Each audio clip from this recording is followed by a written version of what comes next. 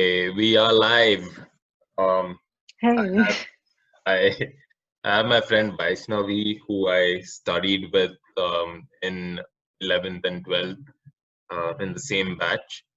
Hi Vaishnavi, hi Hussam, how are you doing? I'm doing great. How are you? Doing good, thank you. Vaishnavi is currently in the US. Which part of the US, Vaishnavi? I live in Pittsburgh now, which is closer to New York. Hmm. Um, I work for Utah-based companies, so I've been remote for almost like 10 months now. So yeah. Nice. Tell us a little more about what you do and hmm how your journey's been. hmm for sure. So I moved to the US in 2016 to do a master's in computer science. And while I was still pursuing my master's in computer science, I got interested in healthcare technologies and with computer science. And my master's thesis was based on that, like healthcare technology with machine learning. So I was interested in that domain and ended up getting a job in the same domain itself as a machine learning engineer. And the company I work for is called Freely. Freely is the medical technology artificial intelligence startup. What they kind of do is analyze human DNA, the whole human genome, to predict health risks and provide recommendations to help alleviate the symptoms of the diseases they might be suffering from, or just in general to lead a healthier life. So this is how it started out, and I joined Freely in 2018. And right now I work as a lead machine learning engineer where I lead two different teams. One is a team that works on drug dosage recommendation system, and another one is the core artificial intelligence itself. Hmm. So yeah, that's pretty much what I do. I think machine learning is everywhere, and it's great to kind of hear someone in the field of healthcare implementing that and making lives better. Right, that's exactly what I thought when I joined. Like I was interviewing with so many other companies, but I Hmm. never felt like the passion to go join any of them. As soon as I heard their idea, I was reading some fiction, a science fiction, when I was interviewing with this company. And that was talking about like gene markers and how you can predict the onset of a disease before it actually happens Hmm. Hmm. because of your genes. And then this company was doing exactly that. And yeah, I was just like blown away by it. And yeah, that's why I started working for this company. Nice. Which book were you reading? I think I was reading Robin Cook, a book called Cure. It is an old book, I think from the early 90s or late 80s. Right. But yeah, that was the book I was reading. Nice. Nice. Pretty Yeah. interesting. One of the things that I actually did want to talk about with you was genetic editing. Gene editing would help cure certain diseases and cure certain mutations. Like, for hmm instance, the sickle disease. Yeah. There's a problem in the way red blood cells are made up. It's like hmm incomplete, hmm and that hmm can gene editing can actually cure sickle disease, for instance. Right, But right. there is the other side of genetic editing where you want to design how your baby is going to come out, and you want Yeah, to yeah. make him or her in a specific way in terms of look, performance, Yes, yes. athleticism, and intelligence, and so on. So, of course, hmm I'm not hmm saying that it's a bad thing or it's a good thing, but there hmm is, should man play God in that sense? Right, I get that. So that's always conflicted when you look at it. That's always conflicted even in the community. Like, what if we create this tool? This is a genie in the bottle that we've kept it in for so long. What happens if we let it out?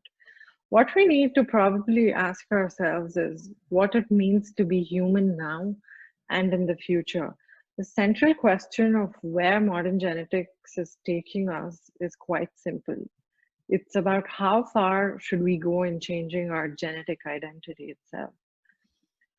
Actually, like the current research, like I said about CRISPR earlier, like you could use technologies like CRISPR to cure some of the dreadful diseases, like you mentioned, sickle cell anemia, right?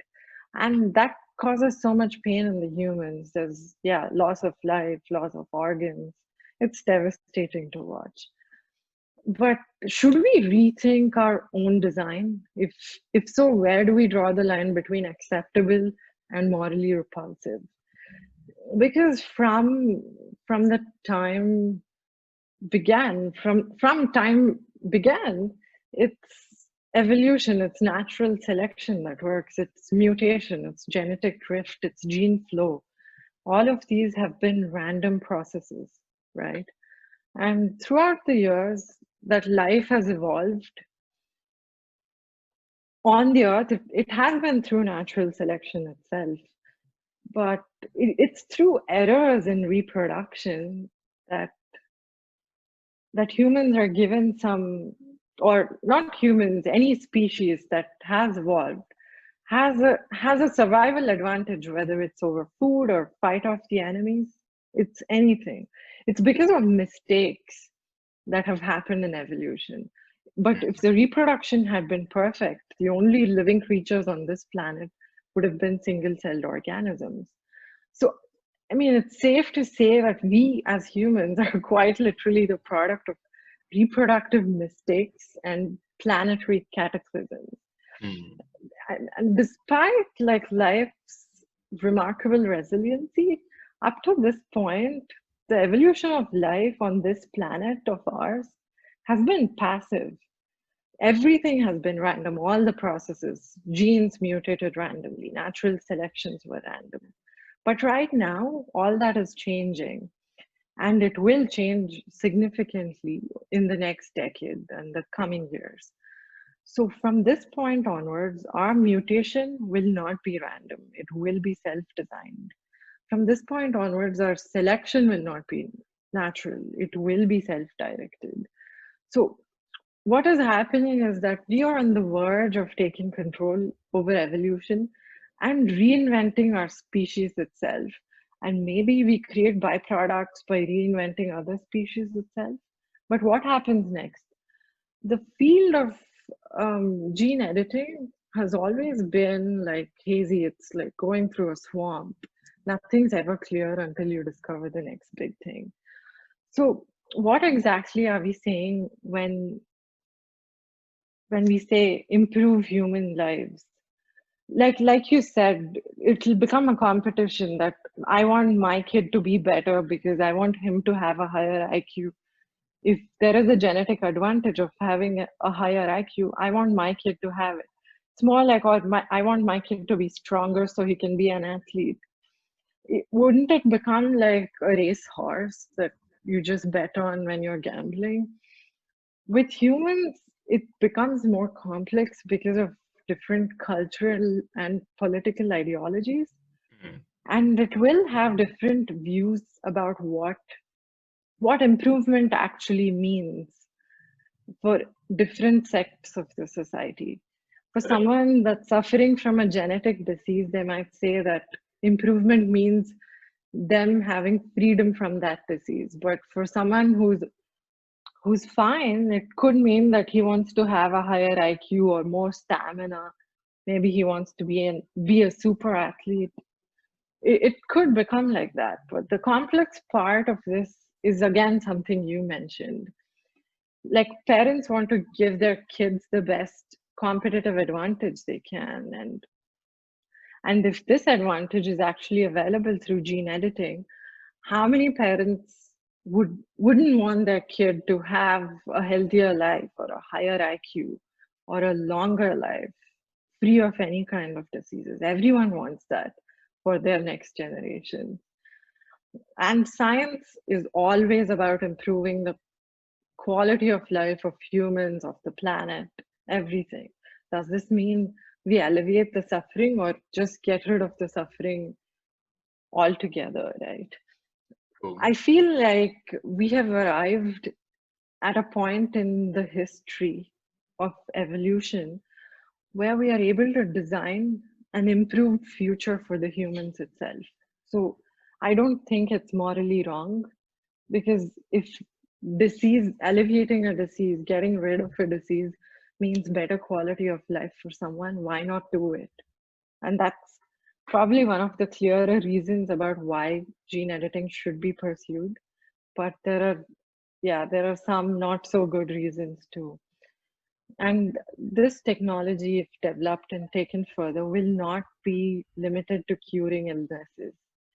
Once it goes beyond, the cost of getting these advantages could turn out to be really expensive. Because I feel like we live in an age where there's so much disparity in the amount of wealth that each person has, that like the richest people in the world have the most resources in the world. So if this technology does come out and it costs millions of dollars, what happens to them and what happens to regular people that cannot afford it? I mean, there'll be like, the rich people would be like superhumans, maybe Iron Man or Clark Kent, whoever. Yeah. And other people would just be like regular humans living, trying to make it through the day. Yeah.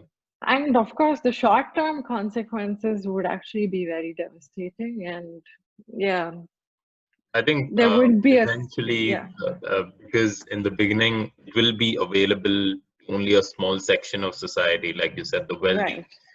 But eventually, because of economies of scale, it's going to become cheaper and cheaper and cheaper, and it's going to be available to everyone. Exactly. It should be, honestly. Yeah. Yeah, definitely. Do you think this will become something like, like how vaccine is perceived now? There's a lot of, stigma around genetic editing, but there was a lot of stigma as well for vaccination before it was implemented. Do you think it'll become something like how vaccine is now and probably the next 10 years?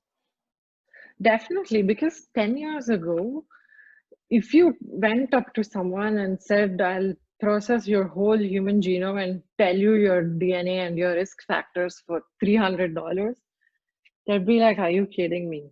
And they'd be like, no, I'm not comfortable doing that. All you have to do is just give your saliva swab and they'll tell you what your genetic makeup is. So as technology is scaling up, what used to be the first, when they sequenced the first human genome, it costed them, I think, close to $13 billion for one person. Right now it costs like $150.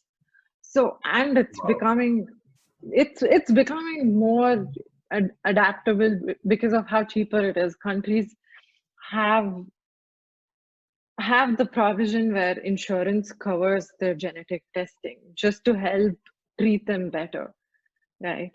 So like you said, the short-term consequences would be devastating when only one part of the society is able to afford it and the other one is not. And that will begin to shake the whole moral core of the society, I think. But it will, in my opinion, it will get better with time. Because the thing is, we have to survive as a species. It's not like about one person or one family. It's Homo sapiens as a whole. Only then can we actually survive.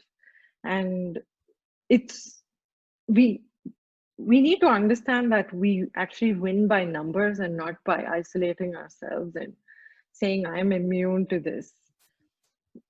It's how I think our species would survive, and but it's very important for that to happen. Yeah, but I think that we no longer would be Homo sapiens, right? Like once we get could this be technology, we could be Homo sapiens 2.0, like with companies like Elon Musk's Neuralink. I don't know if you've heard about it. I have read extensively on Neuralink, and that's a topic that I would love to have a conversation on. Oh yeah, like I've read a bunch of books on brain, and that just blows my mind. If you've heard of Dr. V.S. Ramachandran, he was nominated for a Nobel Prize Okay. His work was on what's called phantom limbs. So what happens is people lose their limbs and they, like, for whatever reason, because of diabetes or they were in the military and one of their limbs is amputated, they have increasing pain and irritation in that limb that doesn't exist. Like they feel itchy, they feel The pain. nerve How endings do are you still cure active. that? Yes, the nerve endings are still active. So this man, Dr. V.S. Ramachandran, he had a $2 solution for it. He said, just go stand in front of a mirror or create a box with mirrors in it. Put one of your hands in it so it shows the reflection, and your brain will suddenly start thinking that, you know, you have that other hand and your pain will get better if you just massage that hand. But that's another mind blowing book that Wow. I recently read. Yeah, I would definitely recommend it to you. What's the book called? The Phantoms in the Brain. The Phantoms in the Brain. Nice. Yes. I'll definitely And check that out. there was another book of his called Telltale Brain as well. But that didn't blow my mind as much. But Phantoms in the Brain was something that was really life changing for me because of so many different aspects of like neuroplasticity and things Right. like that. I think Yeah. Neuralink is a very interesting concept. I think he's going to be using that to solve a lot of, like how you said, problems like those which where the person did not have a limb and, um, just having, of course, this is a $2 solution, but having Uh-huh. Neuralink would have sent signals to that part of the brain to solve that particular nerve ending issue, right? Absolutely. Yeah. So going forward, I think as the technology progresses, and it's not to solve disabilities, but as a way of cognitive enhancement, I've come up with Yes. some understanding of where it could go in terms of advertising. Um, Uh-huh. so the concept that I thought of, like very abstract, of course, I don't know as much as you do or someone who's into neurology or neuroscience, but I'm guessing that there will be a point where internet will be readily available, or maybe another form of something like the internet. And Mm-hmm. let's say if you're thinking of having a pizza, then there is Mm-hmm. an opportunity for companies to advertise themselves in a specific way, in a very Mm-hmm. regulated way, saying, hey, you Mm-hmm. thought of pizza and this is one option that you could have. Oh yeah, that's mind blowing.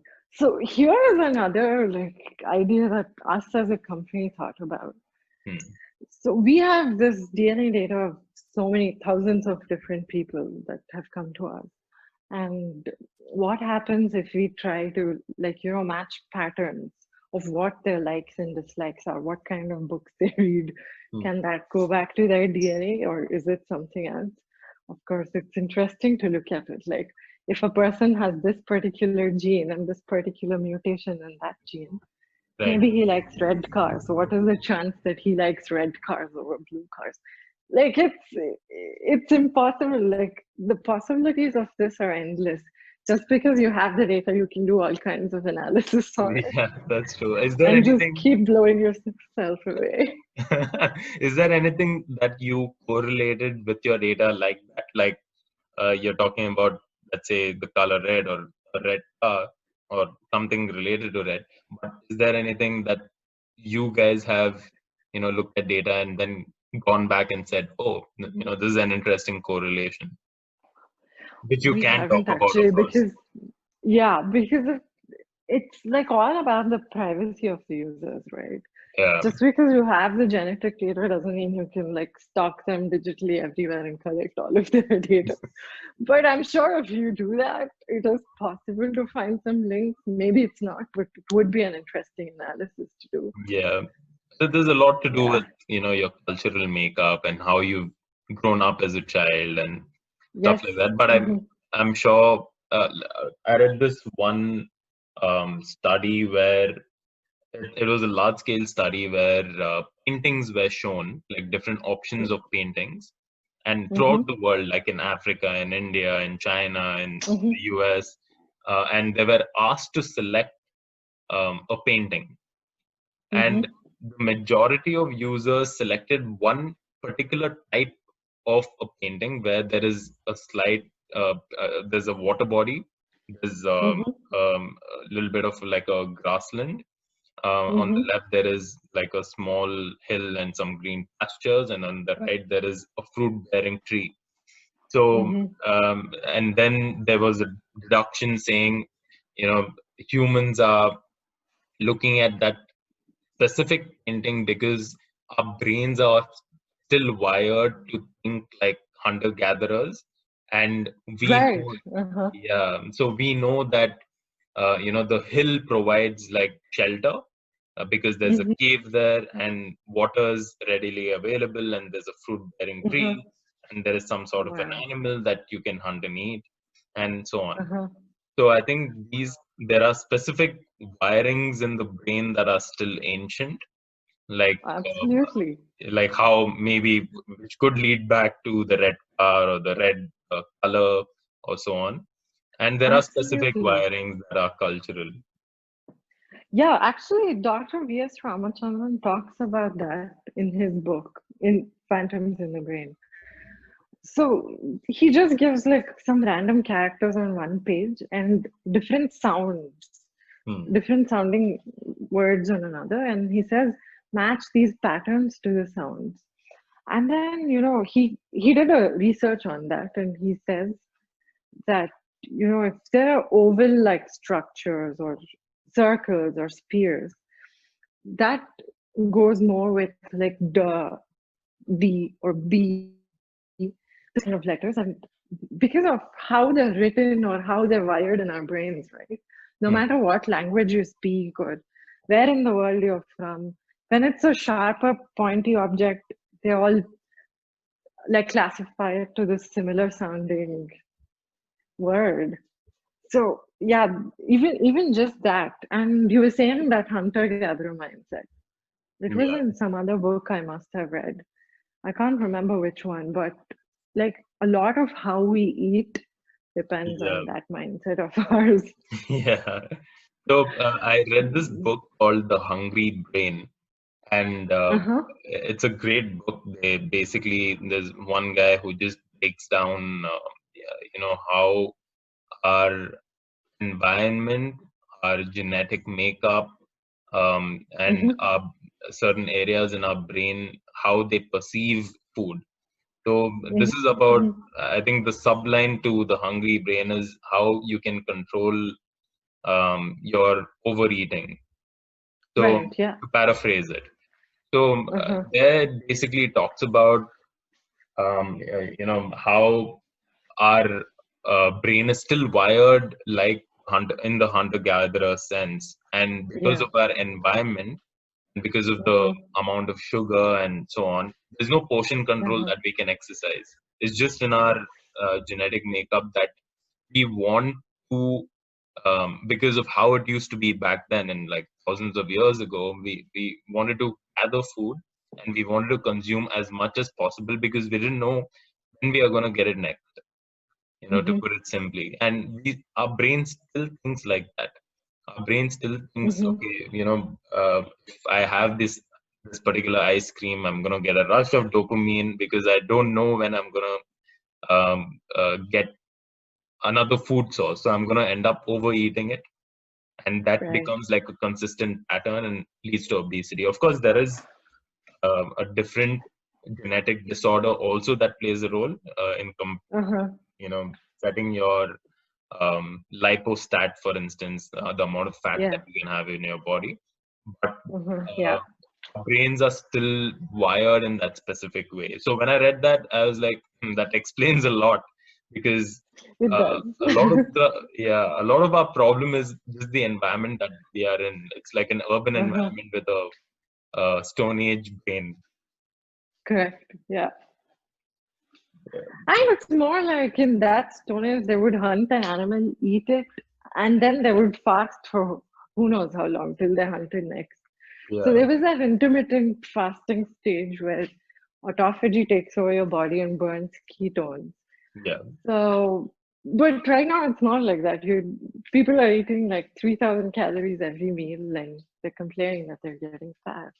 Yeah. It's why. Yeah.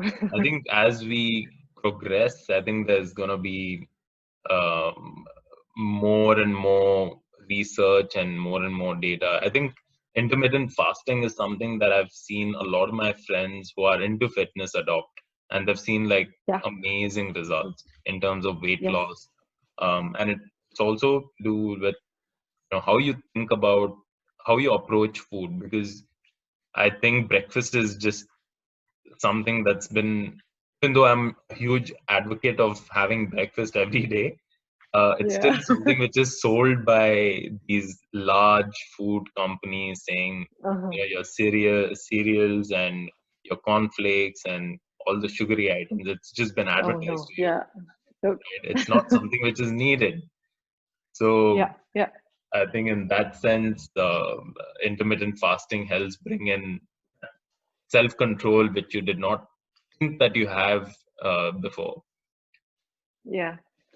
And for I think a lot of us, it just helps if you just listen to your body and see what it's asking for. It's Yeah, not always asking for sugar. Maybe it's asking for a fruit. yeah, Maybe it says, let me just eat like some lentils, yeah. just dal with nothing. And yeah, intermittent fasting, yeah, I'm like, I love intermittent fasting. And for me, my metabolism works in such a way that I don't get hungry till 1 p.m. in the afternoon.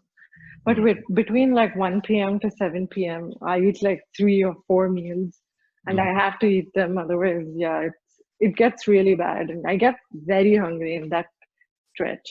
So mm. it's something that has worked for me. I don't go out of my way to actually fast or do other things. But I've seen people that have done intermittent fasting and have gotten amazing results and they continue doing that. They've made it a part of their lives now. And like you said, I think breakfast, they keep saying that it's the most important meal of the day, but maybe it's not. Maybe you just need to listen to what your body says. Yeah, it's very individualistic. I think like how Yeah. you are, I think there will be a point in time, probably in the near future, where like how you're using, genetic analysis to suggest certain treatments for diseases or prevention Foods. of disease. I think for food Mhm. also it's gonna come in saying, this is, Actually, we do that. Sorry, I oh, awesome. didn't mention that, I guess. Yeah. But yeah, my company does that too. And that's what I said when they make recommendations. It says, based on your genetic makeup, what are the best foods for your body and what is harmful. So yeah, that helps What too. causes most inflammation and so on. Yeah, yeah. Hmm. And of course, doctors tell everyone to just not eat any inflammatory foods, but that's What's just your them. So, sorry, yeah. continue, finish it. No, that's it. I was done. Okay. Okay. So I wanted to ask you what your view. I know nutrition isn't like completely something that falls under your radar, but what's your view on dairy and dairy products? So, for some people, they say it causes inflammation, right? I've tried to be vegan, but I failed. Like I used to eat meat. I'm always like in between a lot of things. I feel like eating meat, I eat it. It's like Yeah. whatever my body asks me for. I have nothing against people who want to consume dairy or their body can process it. Hmm. But yeah, if it can't and if it's having harmful effects on their body, then why do it? Try something else. Hmm. So if it works, it works. Like I can't consume whey because it gives me a stomachache, but Okay. I can consume other things. Somehow after like moving here, I became lactose intolerant. I was fine in India. I would drink Hmm. whey and eat everything else. But I think here they like add Yeah. inject animals with so many hormones that it actually shows up in the food and Yeah. starts causing you problems. So yeah, I think and particularly my with milk, sorry, yeah. there is a lot of lactose content than how it is in India. So Yeah, the yeah, stomach is not that used to that much amount of lactose going into your body, and probably right. that's why so many people in the US are lactose intolerant. I know that even now when I come back to India and like drink regular milk, nothing happens. Here, if I just drink it one morning after I wake up, I'll be having like stomachache the whole day. And it's just weird. Even if it's like organic milk. I've tried all kinds of milks and I've just stopped drinking it now. So dairy products, what I eat right now is like yogurt and sometimes cheese and paneer, and that's it. Yeah, I think that Yeah. those are the some of the products that just helps your gut bacteria and so on. Yeah. Probiotics. Yeah. Yeah, probiotic. Yes. Nice. Is there anything that else that you would like to add, or anything that you feel that we touched upon, but we could expand upon a little more? Oh, like with respect to what we talked about? Yes. Yes. Um, Not really, but I'm actually excited to see where gene editing goes and how it would impact the society in the future. It would, like, it will definitely increase the lifespan of humans. Some Mm. people say that's not a good thing because the Earth doesn't have place for it, but hey, you can go to Mars and live there.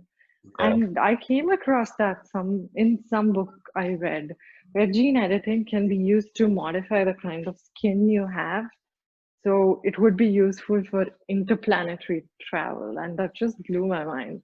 Right Yeah. now, you have to wear all these spacesuits and be in like a negative pressure chamber and then travel through. But yeah, that's going to change because of gene editing. Maybe not right now. Maybe in like 200 years from now, or 400 years from now. But I'm excited to see where it's gonna go. I think the way the speed at which technology is moving, I think it might happen much sooner than we think it might happen. Because Yeah, that's yeah. yeah, because having everyone, the Mars plan of inhabiting Mars isn't that far off. It's It pretty isn't, close. yeah.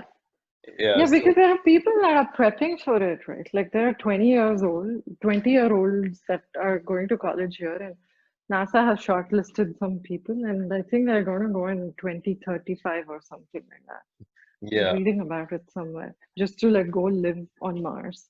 yeah, And The Martian is such a great book and a movie to actually know yeah, what life on Mars would be like. yeah.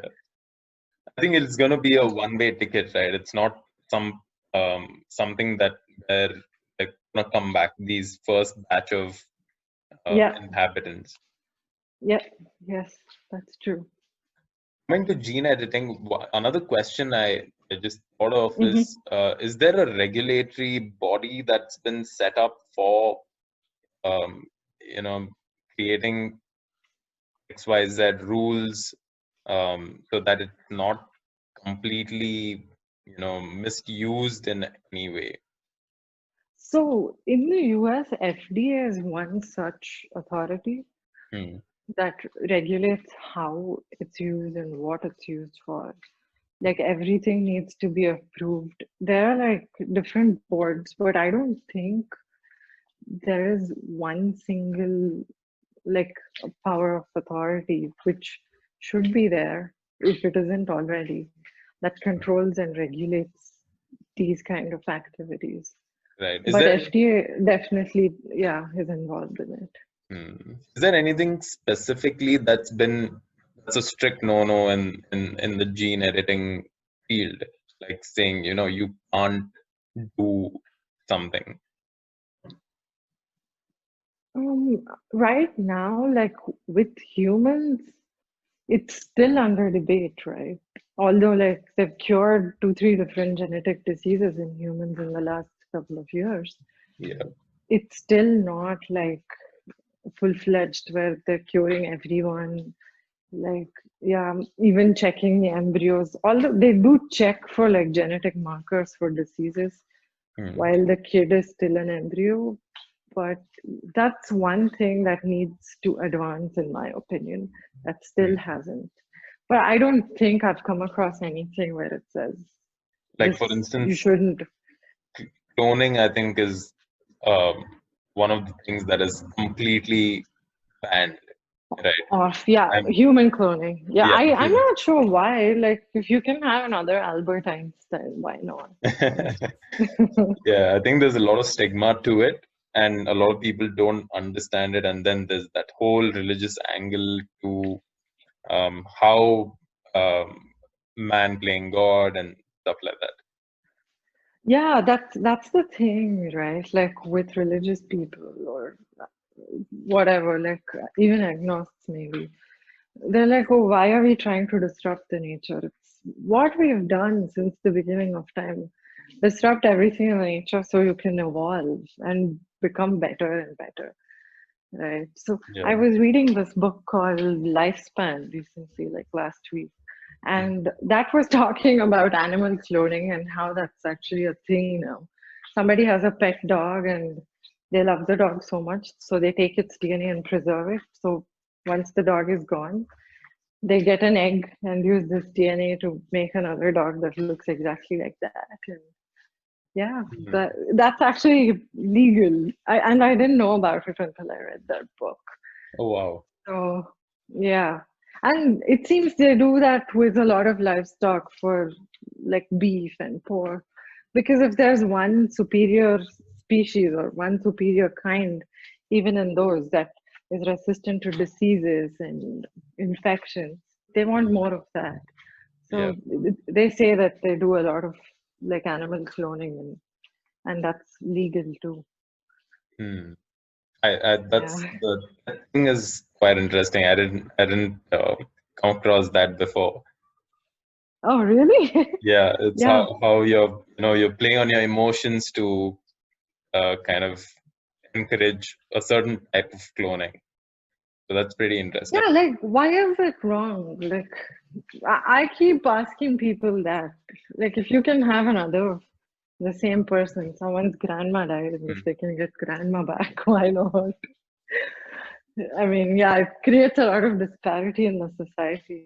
Yeah, I think So, once even the technology, not cloning, because cloning is something we have already, but once yeah. something like Neuralink progresses further and further, I think Hmm. the cloning and consciousness downloading onto the clone, that Hmm. some Oh, yeah. yeah, that kind of a gray area is something that would be very interesting to see how humans would ask that spiritual question, like what is death and afterlife, right? Yeah. Yeah, that's true. Like, it'll be more like, remember that guy in Iron Man? I forgot what his name is. He creates another, like, and gives him that consciousness with that stone. I Yeah, forgot his name, but it'll be more like that, I think.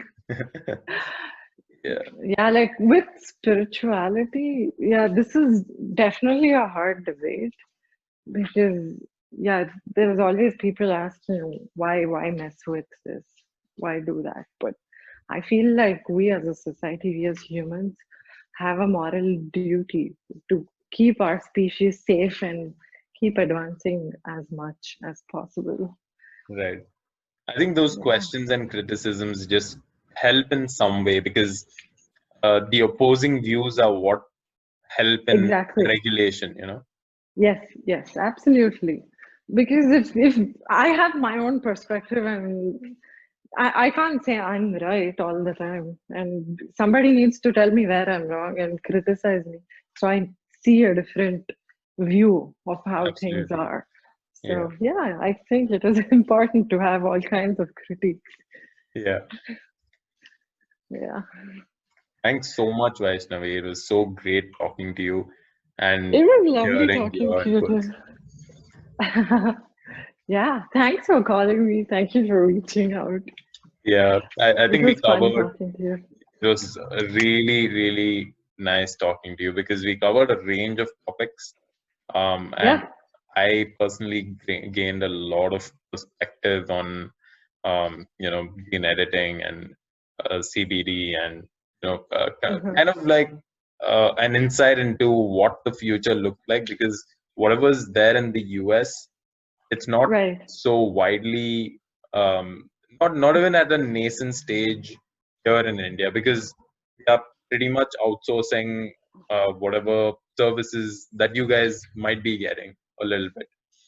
Right. There's nothing that has been implemented for Indians, So it's I know, and that needs to change at some point, I feel, because India is not very big on like human genetics, but they're getting better at it now.